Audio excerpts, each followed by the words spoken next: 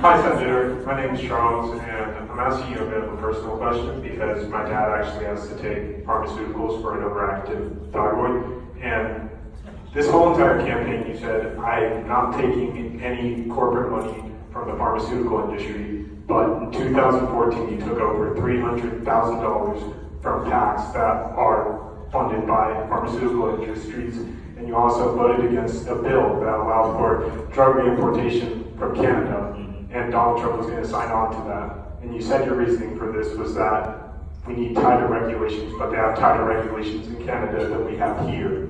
So my question to you is, how can I trust you to get my drug prices lowered for my dad so he doesn't go bankrupt?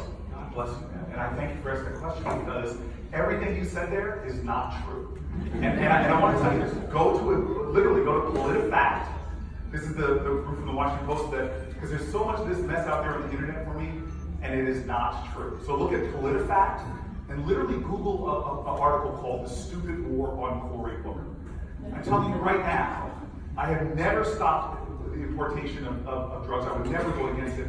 I wrote the law. But one thing you said that has a kernel of truth in there is that in 2014, I actually made the announcement well before I was running for president that I wouldn't take any pharmaceutical money. So $300,000 in PAC money from the corporation. And sir, I was the 5th United States senator, the 5th, who said I will not take any PAC money. But you did it in 2014. And sir, I'm not telling you that I didn't take PAC money in the past.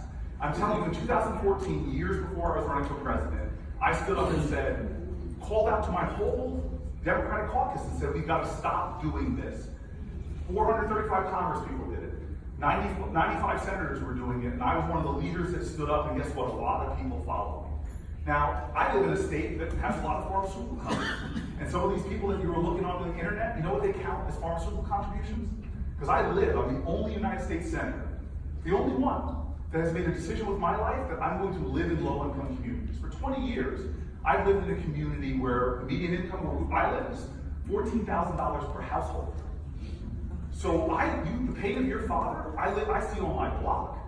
People putting aside their insulin because they can't afford it. You want to know where my loyalties are? Come visit me in Newark, who I fight for all the time. And since I was mayor of the city of Newark, I was doing plans to drive down prescription drug costs.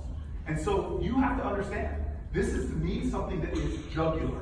It's not politics, it's very personal to me. If you see people in communities like mine that are suffering as a result. That's why I was one of the first United States senators to say this has got to stop and challenge House members and senators to join me in doing it. And that's why I tell you, if my person on my block who's a secretary for a pharmaceutical company wants to give me $1 and the folks that you or her looking at count that as a contribution, no. It is, to me, this has got to be a clean system where we don't take corporate package, don't take pharmaceutical C-suite money, and I will take none of that money. And if I'm president of the United States, as I have shown, the bills that I've written, the bills that I've voted on, the work that I've done, you can be confident that I will end a system where people are profiteering off of people's pain and will drive down the cost of